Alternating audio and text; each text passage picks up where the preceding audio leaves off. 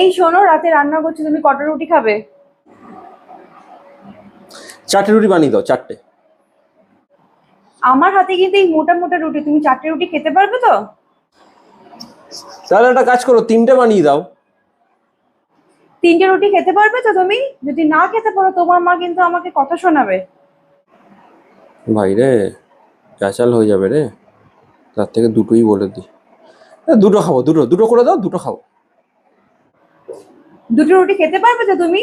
সকালে উঠে যদি দেখি হটপটে রুটি আছে, তাহলে কালকে কিন্তু তোমার খবর আছে।